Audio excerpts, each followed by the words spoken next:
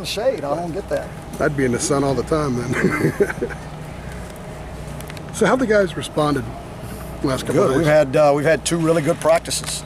I think the guys have done a good job of preparing to this point for ECU. Cutting the cord to, especially the offensive guys, cutting the cord to what happened. Was it made easier because of the way they closed in the fourth quarter? Kind of maybe building on that. I mean, I don't know if it's any easier. I mean, when you don't win a game, it doesn't really matter how you play. I mean, from that point on, it's about, you know, what do we need to do to win? And so, you know, these guys, they do a good job of, you know, understanding. They're critical of themselves. They watch the film. They know what's going to be pointed out, and then they learn from it and they move on. I know you are concerned about your team, but what are you concerned about ECU, especially going down there with their fans and all that down there with a state rival? Well, what concerns me is that Scotty will have them ready to play. They'll play hard. He's always got his team prepared. Defensively, they're playing really well. Offensively, they threw it all over the place. 66 throws and did a really nice job of moving the ball up and down the field. And then on all their special teams, they were extremely sound throughout the entire game. I mean, for a first game. So, and we all know they're going to make their most improvement after in between the first and second game. So, we're gonna have to go into Greenville and play a great game.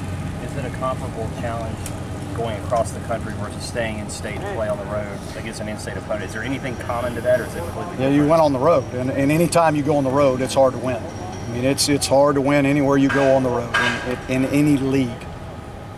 What are your biggest keys that you want to see from this offense? Just be consistent. Just do their job. Don't try to do too much. Just you don't have to do somebody else's job. Just do your job, and if you do that, things will work out just fine.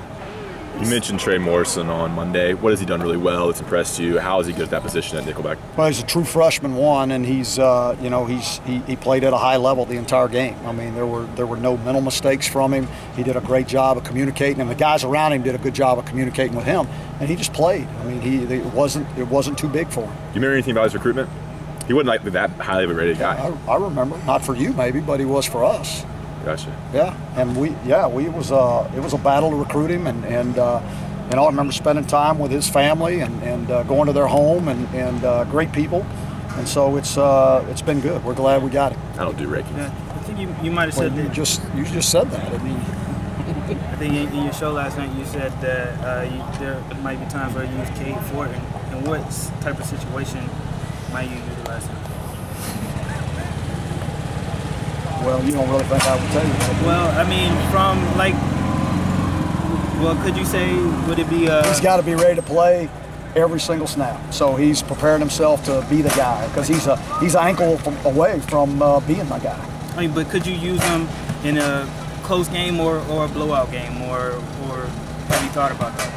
I've thought about everything, but I still wouldn't tell you that. Okay. I'm just telling you that we're prepared to use him, yes, and we are preparing to use him in every game this season. So it's I don't really know how to answer what you're saying. I'm not going to tell you what our game plan is, but yes, we are preparing to use him. Okay, so what I'm saying, I guess, could you use him in a situation where Elliott is struggling? Sure we could. Yeah, no doubt. We could use him in any situation. We could use it if things are going good. We could use him if things are going bad. I mean, he's our number 2 guy, so he's preparing himself to go as if he is the guy. You said you weren't worried about Nathan's confidence on Monday. You said you were good with that.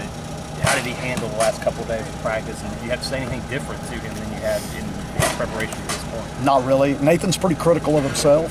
I mean, he knows what mistakes were made. He knows what he has to do to improve. And then we pointed those things out to him too.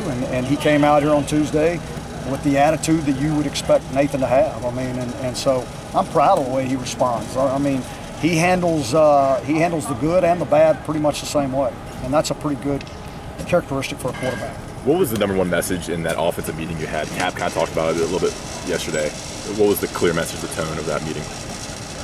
We just need to do your job. We're not asking anybody to make any superhuman plays.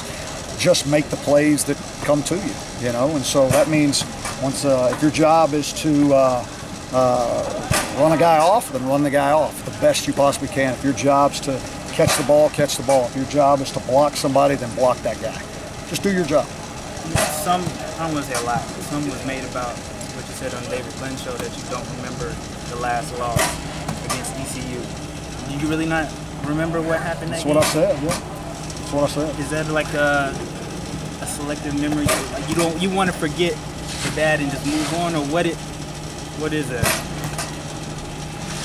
Selective memory, that's probably a pretty good way of putting it. I remember what I want to remember, and block out the things that I want to block out. Anything else? Thanks, Coach. All right.